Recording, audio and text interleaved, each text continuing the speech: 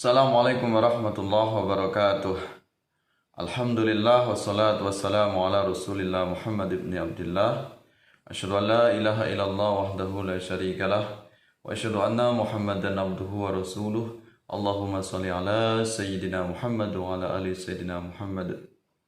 Pemirsa yang dirahmati Allah Subhanahu wa taala, mudah-mudahan Anda dimanapun berada selalu dalam lindungan Allah Subhanahu wa taala. Para alim, para ulama yang senantiasa kami ta'zimi, asatid wal asatidah, sahabat-sahabat aswaja dimanapun berada.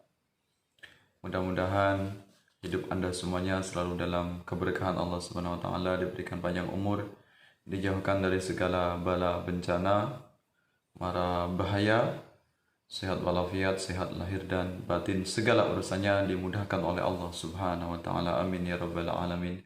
Terima kasih Anda semuanya, sahabat-sahabat yang berkenan untuk hadir di majelis ini. Mudah-mudahan kehadiran Anda semuanya mendatangkan keberkahan, mendatangkan manfaat, mendatangkan rahmat dari Allah Subhanahu wa taala. Pada kesempatan yang sangat berbahagia ini, saya akan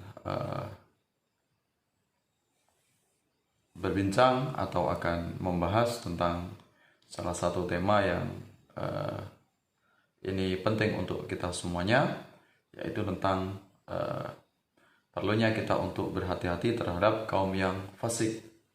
Ya, saya beri judul dalam video ini yaitu ketika ulama didebat oleh konten kreator yang fasik. Ya, apa jadinya ketika ulama didebat oleh konten kreator atau orang-orang yang hobi membuat kreasi video atau para YouTuber. Ya, bagaimana jadinya ketika ulama ini didebat oleh para YouTuber yang fasik atau orang yang tidak paham tentang agama. Ini bagaimana jadinya? Nah, ini banyak sekali di akhir-akhir zaman ini munculnya orang yang tidak paham tentang agama karena mereka ini adalah YouTuber dengan bermodalkan pandai berbicara, dengan bermodalkan potong video sana sini, kemudian dengan beraninya mereka ini mendebat ulama yang memang sudah tinggi ilmunya, sudah alim alamah, karena dia merasa banyak pengikutnya atau banyak subscribernya, tidak punya sopan santun, tidak punya adab, kemudian dengan begitu mudahnya mendebat ulama yang jauh ilmunya dibandingkan mereka. Nah, ini betapa bahayanya dengan bermunculan orang yang tidak memahami tentang agama. Ya, sehingga hasil yang didapatkan, dia membuat video ini hanya membuat sebuah konflik, membuat perpecahan. Nah, ini banyak sekali akhir-akhir ini muncul dengan orang-orang yang model seperti itu. Ya. Nah, ini juga sebagaimana yang telah disyaratkan oleh seorang ulama, yaitu Kiai Haji Abdurrahman Wahid atau Gus Dur, ya, mantan presiden RI juga, ulama NU, yang beliau pernah memberikan pesan kepada kita semuanya. Ya, hanya ada di Indonesia ada ulama yang sudah lama menuntut ilmu, ini kurang lebih semacam itu. Ulama yang banyak ilmunya, menuntut ilmu yang bertahun-tahun, ini didebat atau dikalahkan dengan orang yang baru belajar agama atau orang yang baru mengenal Islam, artinya orang yang awam. Dan sayangnya di sini banyak sekali orang-orang awam yang tertipu, akhirnya mengikutinya, akhirnya percaya. Nah, ini artis-artis yang mendadak hijrah atau orang-orang yang mendadak ustadz, ya, hanya bermodalkan konten kreator, dia kemudian mendadak menjadi ustadz, padahal tidak jelas keilmuannya, tidak jelas dia mondok di mana, berapa lama dia di pesantren, berguru kepada siapa gurunya, ya, siapa yang telah mengajari ilmu agamanya kepada dia, kemudian dia dengan lantangnya, dengan beraninya mendebat ulama-ulama yang jelas ilmunya sangat luar biasa, yang jelas ulama yang track recordnya sudah jelas, ilmunya yang sangat mendalam, dia pakar atau ahli di bidang ilmu agama, ya, ilmu tafsir misalnya, atau ilmu fikih, seorang fakih atau fuqaha, kemudian didebat dengan orang-orang yang sangat awam, sangat minim sekali tentang pengetahuan agama. Akhirnya hasilnya adalah provokasi, alias suka memprovokasi masyarakat, alias dia adalah provokator, ya, memecah belah persatuan umat, dan dia tidak memiliki sikap saling menghormati. Artinya apa yang dia pahami itulah sebagai kebenaran mutlak, tidak bisa menerima perbedaan atau pendapat yang lain. Nah, ini kata Gus Dur atau kata Kiai Haji Abdurrahman Wahid. Ya, banyak artis mendadak hijrah, baru belajar agama, hanya satu potong ayat, satu hadis, kemudian dia gampang untuk menyalah-nyalahkan, mengkafir-kafirkan, menuduh sesat, syirik, musyrik, dan sebagainya orang yang ilmunya lebih tinggi di atas dia. Lalu kemudian ada pertanyaan, kan manusia juga bisa salah, kan ulama juga bisa salah, bisa saja khilaf. Ya, benar, ulama ini bisa saja khilaf, tapi bukan berarti terus mentang-mentang dia manusia terus disebut ulama terus hampir semuanya banyak salahnya. Kan tidak semacam itu. Yang namanya ulama tentu kemungkinan kecil dia bisa salah. Kalaupun salah, yaitu adalah tidak kemudian terus-terusan salah. Artinya dia juga punya potensi salah, karena dia juga manusia. Yang jelas ulama saja itu potensi untuk salah, apalagi yang jelas dia bukan ulama, apalagi yang jelas dia tidak ditokohkan, dia tidak memiliki ilmu yang mencukupi tentang agama, dia tidak jelas belajar agamanya di mana, kemudian dia yang akan menyalahkan ulamanya. Nah, ini adalah yang aneh sekali. Dia gampang untuk menyalahkan ulama, sedangkan dia tidak sadar seberapa ilmu yang dia miliki, betapa minimnya ilmu yang dia miliki, dia tidak pernah menyadarinya. Ya, artinya ulama yang dia debat ini juga ulama yang yang sangat ilmunya mendalam, sedangkan dia sedikit pun tidak sebanding dengan ulama yang dia debat. Nah, ini akan banyak terjadi yang semacam ini yang sudah diisyaratkan oleh Gus Dur atau Kiai Haji Abdurrahman Wahid. Nah, untuk itu kita semuanya, ya, manusia atau orang yang hidup di akhir zaman semacam ini, hendaknya benar-benar kita jangan sampai salah dalam mencari panutan. Carilah ulama yang benar-benar memiliki kapasitas keilmuannya yang mumpuni, yang memang dia jelas track record keilmuannya, memang ahli di bidangnya, ya. Kemudian dia ulama yang bisa mendamaikan dari berbagai macam kelompok, berbagai macam agama, yang tidak suka memprovokasi. Ya, ulama yang bisa mengajarkan Islam dengan cara damai, cara toleran. Ulama yang bisa menerima berbagai macam perbedaan, ulama yang pemahamannya luas sehingga tidak memandang salah satu tema, salah satu bahasan ini hanya satu sudut pandang saja. Artinya dia ketika memutuskan sebuah hukum, memutuskan berbagai macam ilmu, ini banyak pertimbangannya, banyak dari sudut pandang keilmuan, sehingga ilmunya benar-benar sesuai dengan kapasitasnya. Jadi dia tidak asal keluarkan fatwa, tidak sembarangan dalam berfatwa. Nah, ini.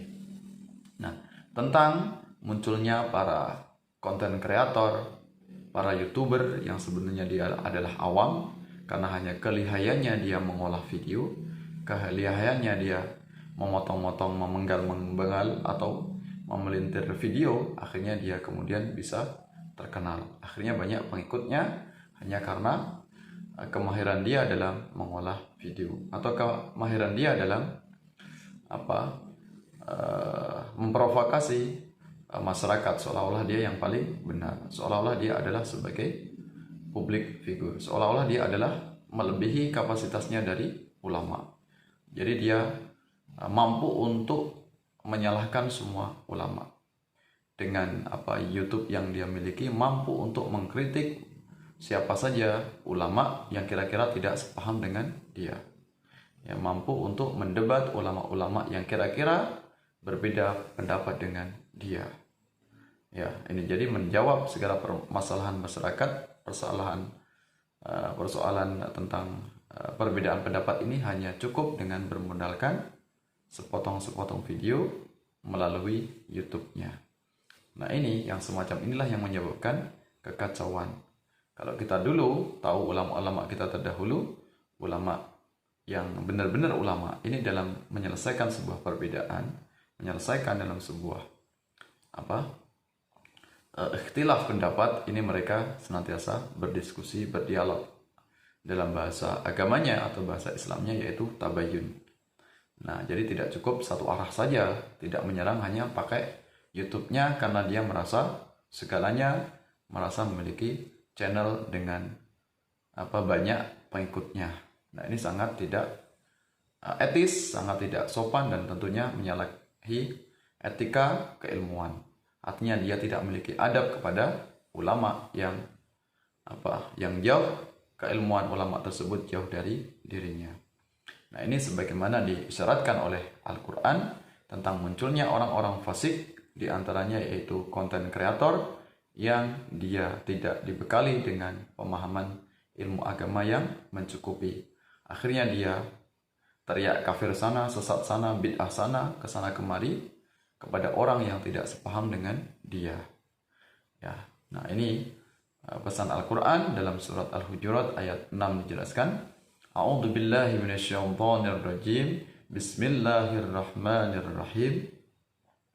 Ya ayyuhalladzina amanu in ja'akum fasiqun binaba'in fatabayyanu an tusibu qauman bijahalatin fatusbihu ala ma fa'altum nadimin.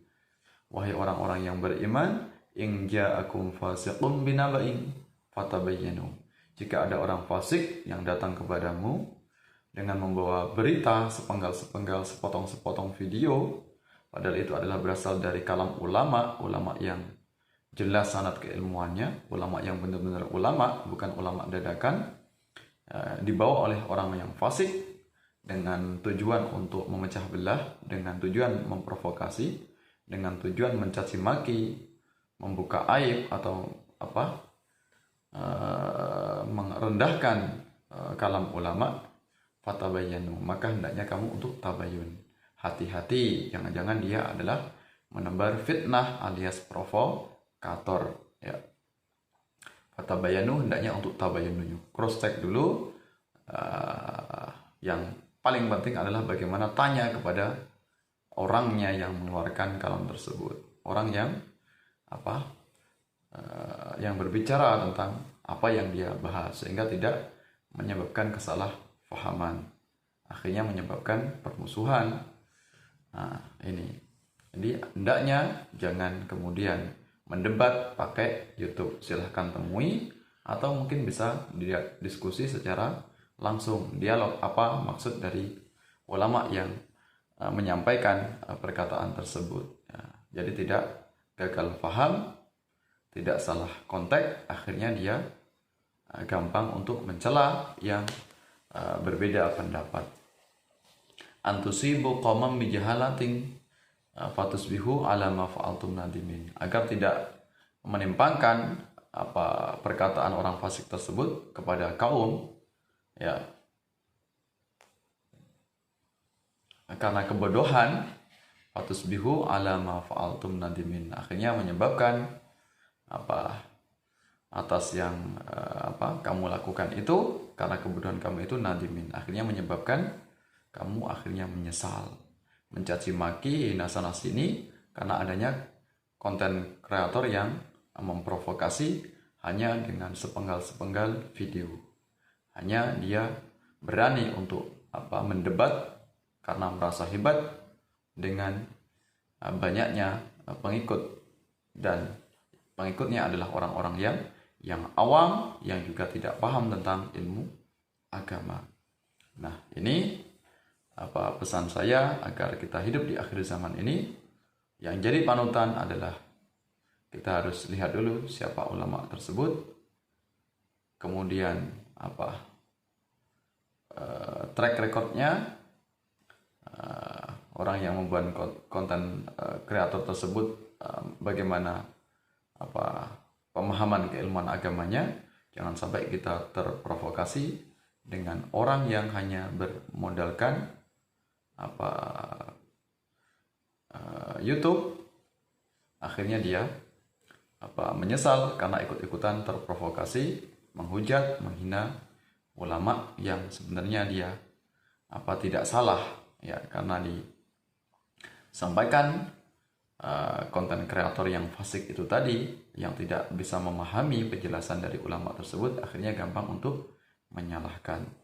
Ya, mudah-mudahan bermanfaat dari apa yang saya sampaikan ini. Mudah-mudahan menjadi bahan perenungan kita semuanya, kehati-hatian kita semuanya, jangan mudah untuk terprovokasi. Terutama orang yang awam tentang ilmu agama, yang dia sampaikan hanya bermodalkan dia pakai channel YouTube, hanya bermodalkan dia banyak pengikutnya. Jangan-jangan dia ingin menyesatkan orang banyak karena kebodohan dia, jadi dia sesat menyesatkan orang lain. Mohon maaf atas segala khilaf. Sampai bertemu dalam kesempatan yang lain. Mudah-mudahan dimanapun kita berada, senantiasa dalam lindungan Allah Subhanahu wa Ta'ala, dijauhkan dari sikap-sikap kelompok yang fasik, orang-orang yang memecah belah, orang-orang yang suka memprovokasi antar sesama. Wallahu muwaffiq ila aqwamit thoriq. Wassalamualaikum warahmatullahi wabarakatuh.